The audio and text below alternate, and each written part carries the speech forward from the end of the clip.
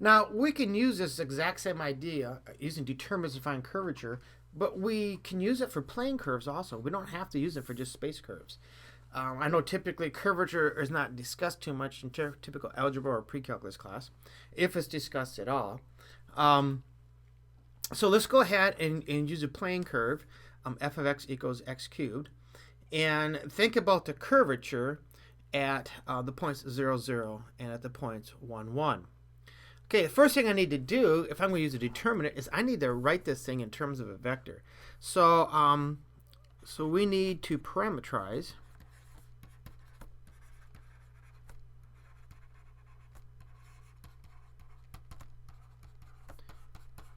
f of x equals x cubed.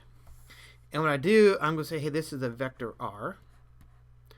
R of t, I guess I can make it t. Now I'm going to keep it x. Is going to equal, well, x is just x, and y is x cubed. That's extremely simple parameterization. Well, see, that gives me then that r prime of x will be 1, 3x squared. And then our double prime, the second derivative of x, is going to be 0, 6x. Let's see, let's find the magnitude here. The magnitude of r prime of x equals the square root of 1 squared plus 9x to the fourth, which is obviously just 1 plus 9x to the fourth, so I'm not going to mess with that anymore. There we go. And I'm going to cube that, so the magnitude of r prime of x cubed, which I will need in the denominator, is going to be 1 plus 9x to the fourth raised to the 3/2. Okay, you know, I'm going to stick up here in case you forgot. I'm not sure exactly what order you're actually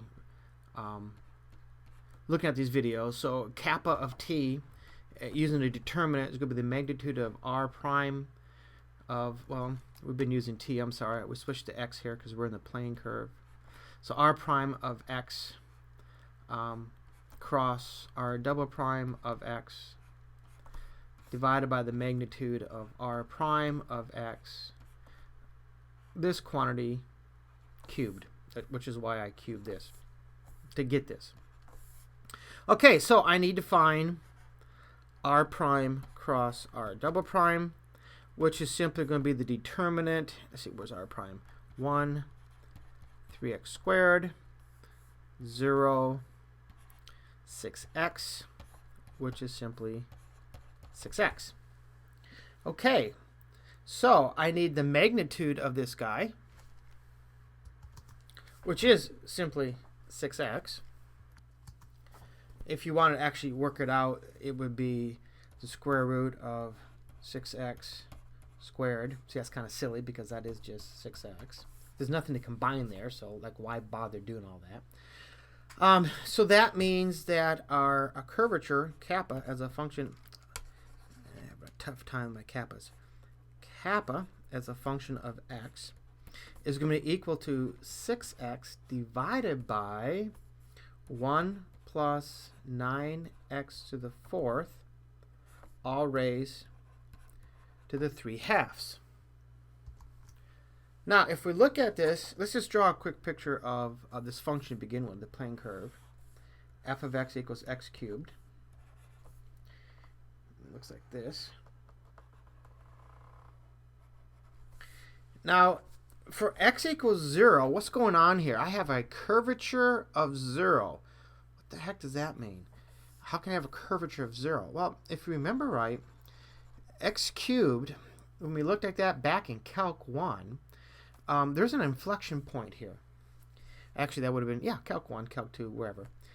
Here, the concavity is down on this interval, and on this interval, the concavity is up. So curvature for negative values of x would be pointing in this direction, would be making reference to curvature in this direction, and curvature here, anywhere along here, would be making reference to curvature in this direction.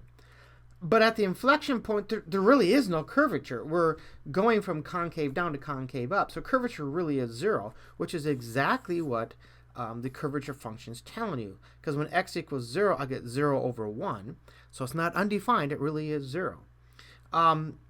So that's what happens when I take a look at the point 0, 0. What happens if I look at the point 1, 1? Well, at the point 1, 1, see, kappa of 1, 1 means that x is 1. This is 6 over 10 to the 3/2. So it's a positive value. And my curvature really does exist as such. And remember, curvature kind of points inward to the curve. It's in the direction of the curve. We think of it as curvature. We wouldn't think of the curvature over here.